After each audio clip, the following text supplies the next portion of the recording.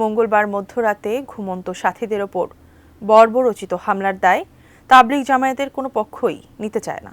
অনাকাঙ্ক্ষিত সকল ঘটনার সুষ্ঠু তদন্ত করে দোষীদের চিহ্নিত করে বিচার চায় দুপক্ষই। বিস্তারিত রবিউল ইসলাম রবির রিপোর্টে। মঙ্গলবার মধ্যরাতের পর তাবলিগ জামাতের ঘুমন্ত সাথীদের উপর বর্বরচিত হামলা চালায় একদল সন্ত্রাসী। এই হামলায় নিহত হন 4 জন ও আহত শতাধিক। এ উপলক্ষে রাজধানীতে বৃহস্পতিবার দুপুরে আলাদা করে সংবাদ সম্মেলন করে দুপক্ষ। এ অবস্থায় আগামী 31 জানুয়ারি থেকে 2 ফেব্রুয়ারি নির্ধারিত সময়েই বিশ্ব ইজতেমা পালন করার ঘোষণা দিয়েছেন তাবলিগ জামাতের জুবায়েরপন্থীরা। অন্যদিকে সাদপন্থীরা ইজতেমা করতে চাইলে কঠোরভাবে প্রতিহত করারও হুঁশিয়ারি দেন তারা।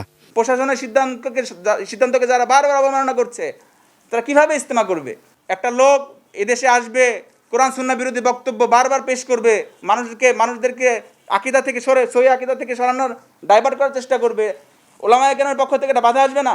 নিজে আমির দাবি করেছে এখান থেকে সে ফেরত আসুক এবং তার ভুলকৃত বয়ানের জন্য, কর্মকাণ্ডের জন্য খালেজ দিলে ইস্তেগফার পড়ুক এবং পুনরায় আর কখনো কোথাও পুনরাবৃত্তি করবে না, এটা ঘোষণা দেয়। 1 মিনিটে ইনশাআল্লাহ সমাধান হয়ে যাবে। ব্রেকফাস্ট, টিফিন কিংবা স্ন্যাক টাইমে মজাদার আয়োজন মানে অল টাইম ব্রেড। অন্যদিকে সাদ অনুসারীরা বলেছেন তৃতীয় পক্ষের কারণেই মঙ্গলবার মধ্যরাতের অনাকাঙ্ক্ষিত ঘটনাটি ঘটেছে। এর জন্য অভ্যন্তরীণ বিষয়ে রাজনৈতিক হস্তক্ষেপকেও দায়ী করেন তারা। বলেন তাবলিগে রাজনীতি প্রবেশ করে শৃঙ্খলা ও পারস্পরিক সম্প্রীতি নষ্ট হয়েছে।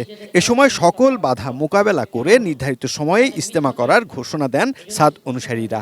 আমাদের পক্ষ থেকে এরকম উস্কানিমূলক, উগ্রতাপূর্ণ একটা বক্তব্য যদি আপনারা দেখাতে পারেন, আমি আশা করছি আমাদের পক্ষ থেকে এরকম একটা বক্তব্য আপনারা দেখাতে পারবেন না। যে পক্ষেরই কোনো দুর্ঘটনা ঘটবে এটা সম্পূর্ণ দায়ভার তাদেরকেই নিতে হবে।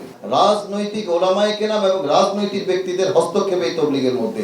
আজকে যদি আমরা এবং জুবায়েরপন্থী শীর্ষ মুরব্বীদের সাথে এক টেবিলের মধ্যে আমরা বসতাম, আমি হলফ করে বলতে পারি 1 মাসের মধ্যে তবলিগের এই সমস্যা সমাধান হয়ে যাবে। অনাকাঙ্ক্ষিত সকল ঘটনার সুষ্ঠু তদন্ত করে দোষীদের চিহ্নিত করে বিচার দাবি জানান দুপক্ষই। এখানে ভিন্ন কিছু আছে, আমরা এটা সঠিক আমরা তদন্ত চাই এবং বিচার চাই। আমরা এটা তীব্র নিন্দা জানাই। আমরা এটা নিরপেক্ষ এবং বিচার বিভাগীয় তদন্ত চাই। রবিউল ইসলাম রবি, এটিএন নিউজ, ঢাকা।